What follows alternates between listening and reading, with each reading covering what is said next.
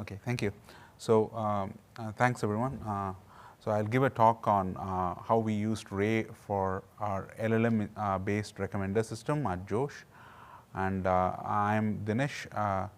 I work for Verse Innovation, which is an Indian startup in the short video recommendation space. And our app is called Josh. So I'll get started. First let's go with introductions. So yeah, Josh is one of India's leading short video platforms, and we have content in English and 11 other local languages. So the app looks somewhat like the figure on the right.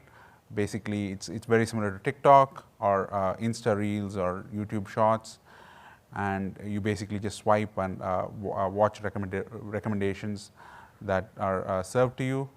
And obviously, the recommendation stack powers the core product experience and is very important. And I'll go into more details about the Rexis stack at Josh. So yeah, so we'll first talk about the ML training infrastructure at Josh. It's basically, we have this sort of like YAML-based configurators for very common stuff that you would use in the training workflow. So we use Pydantic and Hydra for our configurations, and basically a lot of the components in your training workflow, like the trainer, data loader, maybe evaluation,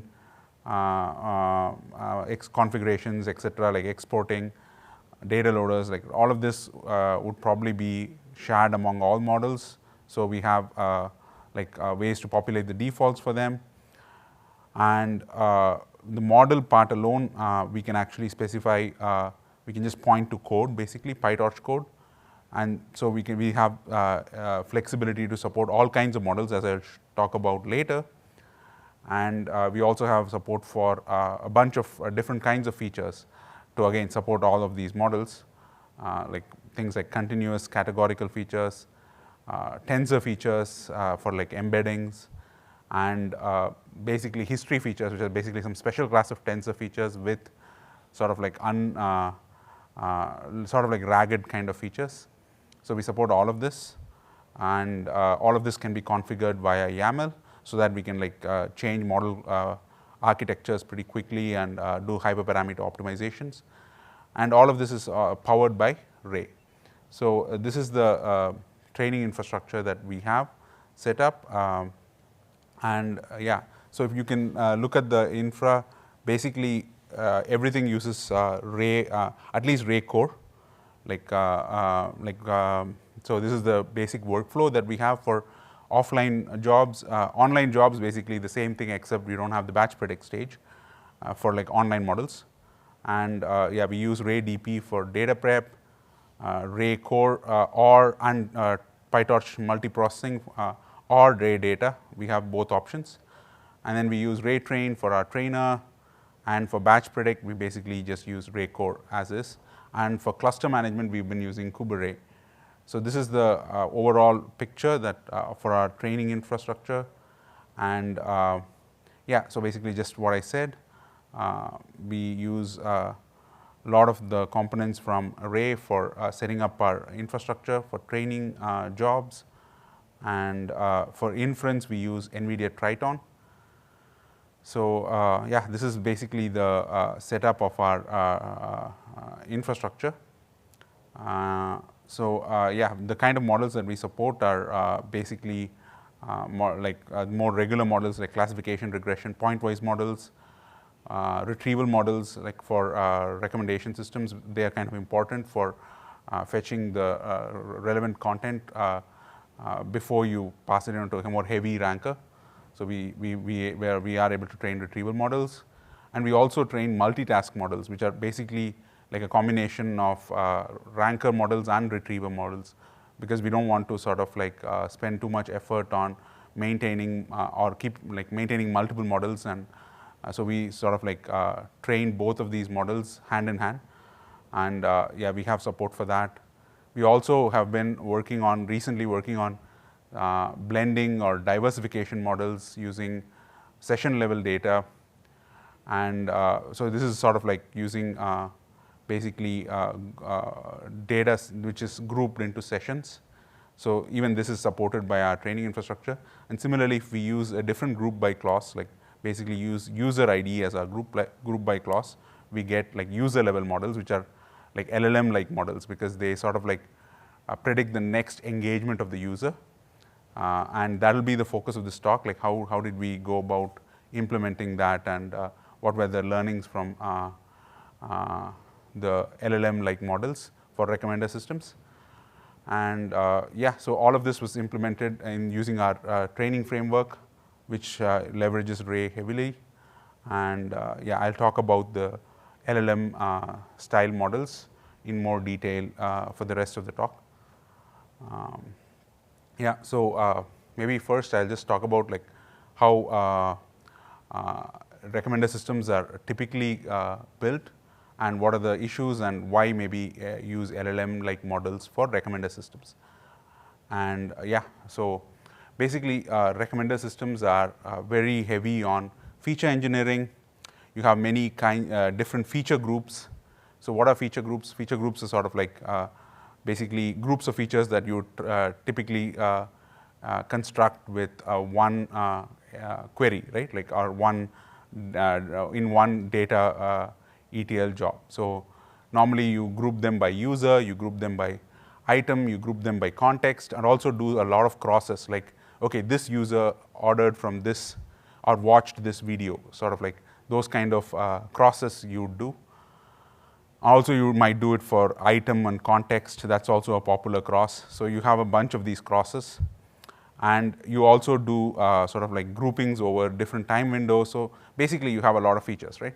So a lot of them could be redundant, because people normally add one feature group at a time, because that will be sort of like the that's what you sort of like build in your ETL jobs, and you get one new feature group. Maybe a lot of features in that feature group are not relevant, but still the feature group as a whole sort of like improves your performance. So you don't, you just add the whole feature group, or maybe some of your past feature groups are kind of irrelevant given your new feature group, but you just don't spend time on those ablation studies and prune out the excessive features, because yeah, you basically may not have the time or the resources to train so many models to do those ablations. So basically, at the end of the day, you have too many features, right? Like even in like Josh, like we have like around 500, 600 features, and I'm sure like maybe 50% of those features are not relevant now, given the new features that we've added. So yeah, so these are some of the issues with traditional feature engineering. And when I look at the LLM world, what we see is basically there's very little feature engineering that's done. Basically, people just put tokens in and take tokens out, right? Like that's the simple API. And you use it for training, and when you use it also for prediction. So how can we use this kind of simple sort of like API for feature engineering for Rexus models? So that's what we looked at. And one of the things that sort of like stood out was some prior work from Pinterest, which is sort of like which inspired our work here with this Rexus LLM. Basically, it was this paper from last year called Pinnerformer. And the basic idea is to essentially take a long user sequence, which sort of like summarizes the overall history of the user, and basically try to predict future actions of the user. So that was the idea behind Pinnerformer. And we basically thought like, okay, we could implement something similar in our framework. And yeah, so that was one of the motivations for this work. So yeah, I'll talk about some of our learnings. Maybe this is a little bit kind of like different from Pinnerformer, so I wanted to talk about some of the learnings from this when we implemented the Pinnerformer like model. So yeah, so this is basically the high-level model architecture. Basic idea is you just take you just take the sequence of user actions from the past, and you try to predict future user actions.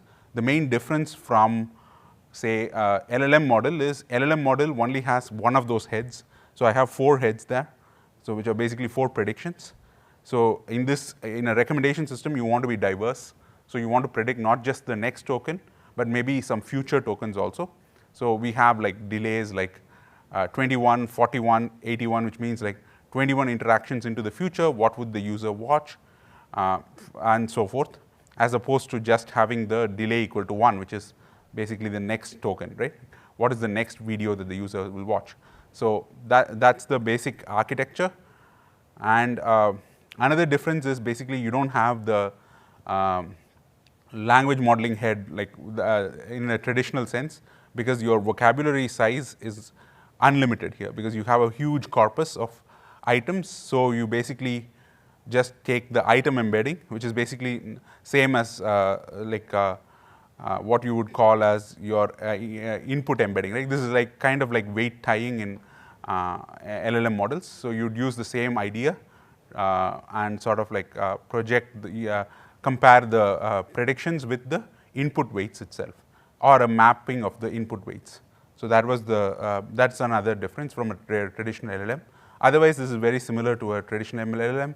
The whatever I've put in the middle, like causal transformer encoder or a decoder only model, that's what is used. So yeah, this is the high level architecture.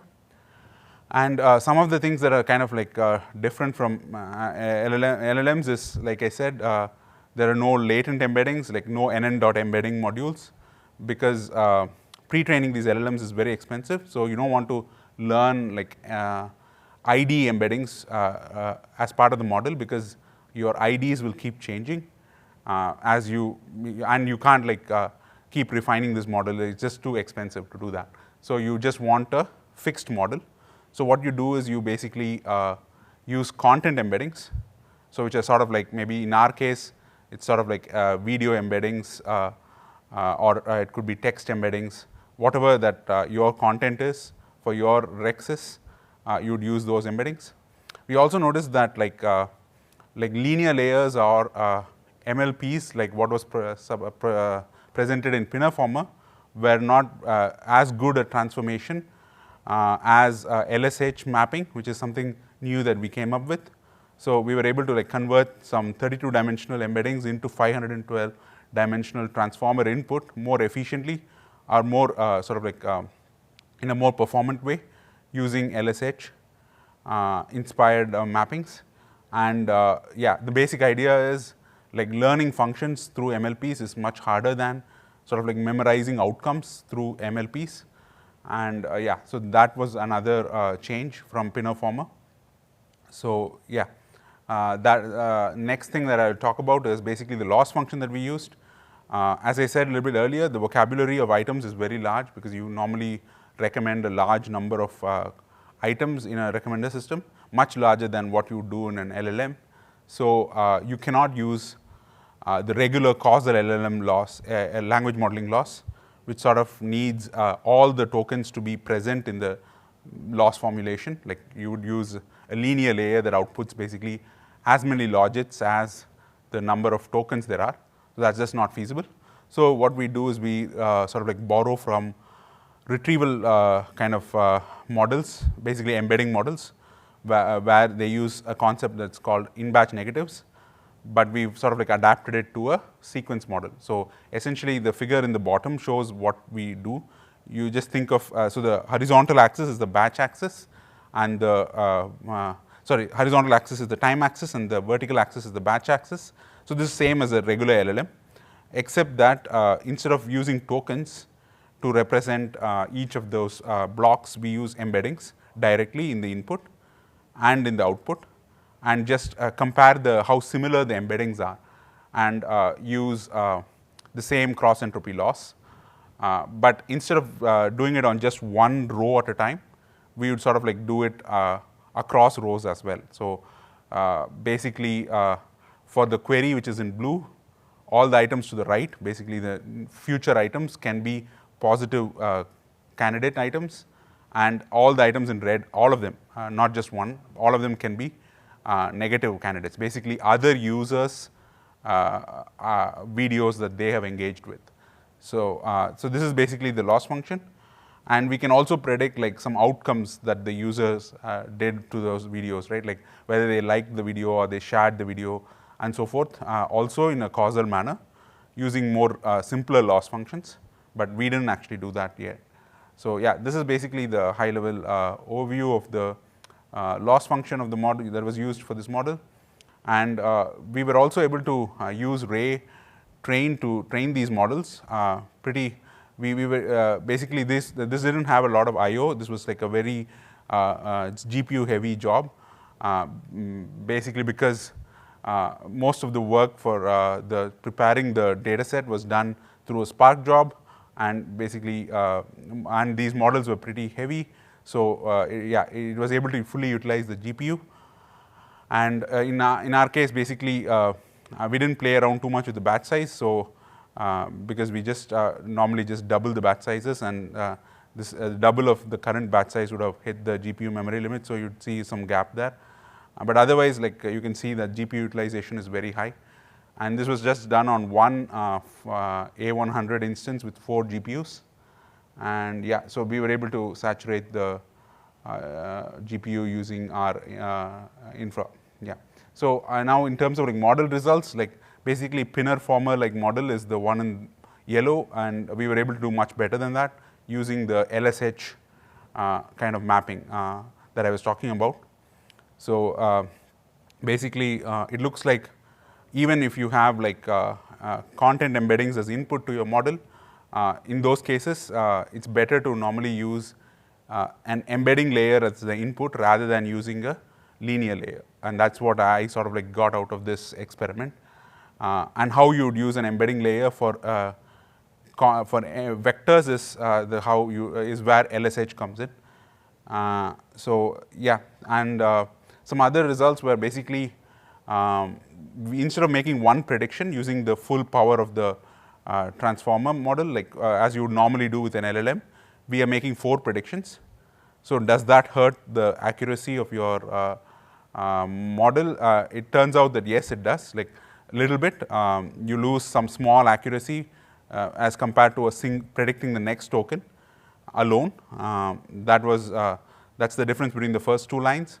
And then the remaining lines are basically future predictions. They are definitely harder to make because you're trying to like predict the user's action into the future, like maybe 1 day later, what will the user watch, given a context of what the user has watched so far, right? Like that's a harder problem.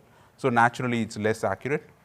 But the bottom line is we don't lose too much accuracy by predicting those future tokens, and our embedding has more diversity as a result of having learned what the user's future preferences are also. So yeah, this is one of the results. And then yeah, I also have some visual results. Like basically, this is like from one user. Their history basically has the video on the left as the next engaged video, and the videos on the right, except maybe the last video, are kind of relevant. Like they're related to Urdu, one of the languages in India. So you can see that the model learns to predict the future engagement pretty well. And this is the one user with like full history, like very active user. Our batch size was actually 768. So that's what the 768 history refers to. And when we tried it with, I looked at another user. Of course, one of the better results was we looked at a user with less history, so 100 odd history, and this was super relevant. Like 3 out of the, I think, 5 predictions were the same god, Hindu god, and the languages were correct. Like it matches the language in the captions in the video that the user actually watched. So basically, these were some spot checks that we did, and we were pretty happy with the results. And yeah, so we decided to sort of like productionize this, and we are in that path now. We've not fully productionized it, but we did do some ablations, and like we tried to see what will be the gains if we incorporate this into our actual models, right, like into our production models. So there were some design decisions that we had to take, and I'll just walk you through those. So basically, high level, like this is our ranker and retrieval model. It's a single model, as I said. Like when you train it, and then you can like extract the retrieval component and the ranker components into like save them in separate models and use them for your retrieval and ranking scenarios. So basically, high level, basically you have a user component, item component, and a cross component which looks at everything. The cross component corresponds to the ranker. The user and item component sort of like emit embeddings in addition to other features, and the embeddings are sort of like compared to give you the retrieval model or the lightweight ranker model. And in this scenario, we are going to use the embeddings that are output from like basically this, maybe I'll just go back a bit, sorry. So basically the embeddings that are just before the MLPs here will be the output of the transformer will be used as sort of like embeddings in the user tower, user tower here. So that like they sort of like tell you more about the user. It's a long-term history, yeah. So that was the idea, and basically, yeah. So the reason why we are doing it that way is because, yeah, we do get a powerful LLM-like model from pre-training this content model using this user sequences, but like it requires a lot of data, right? You need to have 768 32-dimensional embeddings per user per request. So if you were to run that model real time, and there'd be like very high latencies, low throughput, etc., like the usual LLM problems if you want to try to run this model real time. So we just decided that, yeah, that's not possible, very similar to what Pinterest did. And what we decided to do was to just batch predict that hidden layer, the 512-dimensional embedding offline for all daily active users, and use that embedding as a feature in our ranker and retrieval models, which actually also have access to, as I showed, recent history. So that basically like 1 or 2 day full history for the user. So that's more so that like we have information about the long history and the recent history. So that was the decision that we made, and we are basically running some ablations to see if we can remove unnecessary feature groups, like what I said earlier, like because these models are themselves like aware of all the user level features. So yeah, that's yeah. Before I go into the results of those ablation studies, like I'll just show you some of the like our GPU utilization for the inference job. So when I said like we can batch predict the embeddings for the user LLM, basically the user features. We do it on like daily active users. So this is how much sort of like we spend on each day partition to infer the embeddings on for those users that were active on that day. And basically you can see that like just using Ray core alone, like we were able to like easily saturate A100s, and we were using a bigger batch size. So even on this inference job, like without backprop, we get like we are using higher memory usage than the training job. And yeah, so this is the results. Like after adding these embeddings, we saw like a 3% lift for retrieval over our baseline, and ranker we still haven't done the we haven't like compared it properly, like but retrieval we did see gains, and we also did some ablations, like we removed the all the user features, actually all the user feature groups, and we saw a big loss in performance for retrieval, and that's the blue line. But then when we added just these embeddings, so just a single embedding feature, right, like maybe easier to maintain, we were able to sort of like recover the lost performance. And yeah, so that's sort of like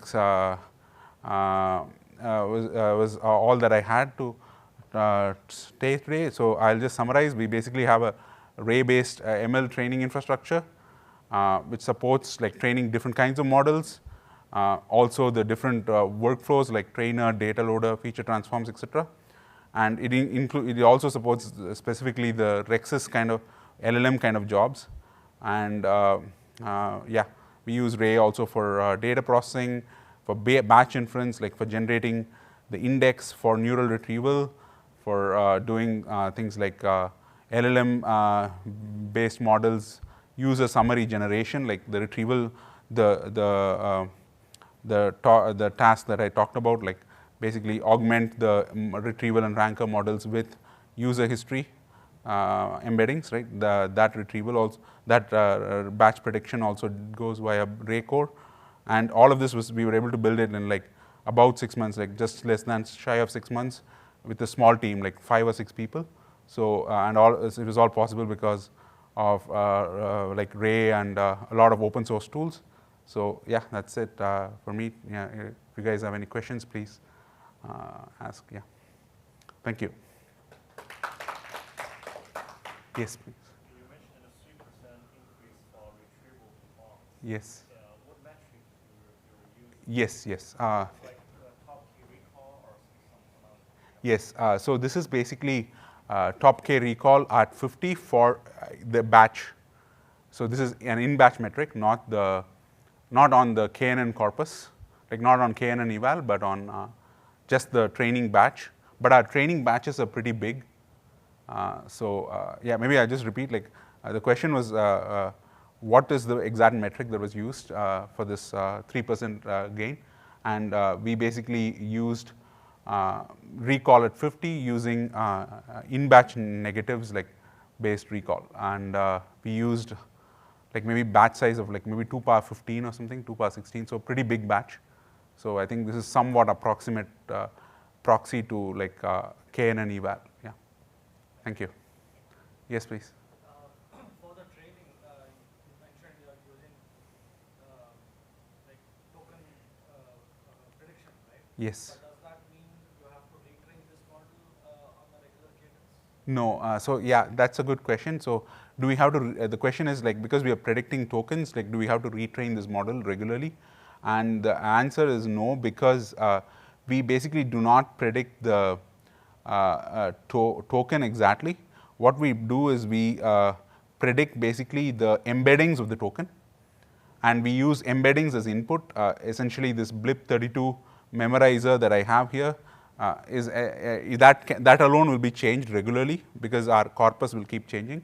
That can be thought of like as an NNM embedding, right? Like just an embedding ID to embedding mapper, and we just change that portion of the model and input newer user sequences. Basically, nothing has to change because just pre-training is a little bit expensive, and it's also time-consuming. Like you cannot like hope to train this model fast enough to keep up with a changing corpus. Like in our case, our corpus changes every day.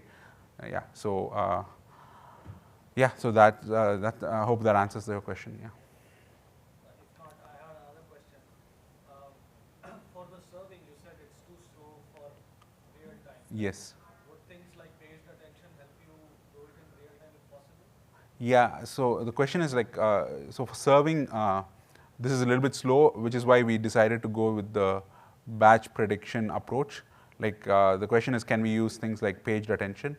I think it's just a little. My answer is basically, I think it's a little expensive to go that route, even if it's maybe latency-wise like solvable if that problem, because I just think like because you have typically you have this kind of architecture where you have some recent history in the model itself, so you can leverage that to basically cover that gap between your batch prediction updates, which can be like daily. Like you can update those user embeddings on a daily cadence and get more frequent get like user embeddings for last maybe 6 months or something, and then for the last 1 day, right? Like that delta you sort of like cover using the recent history.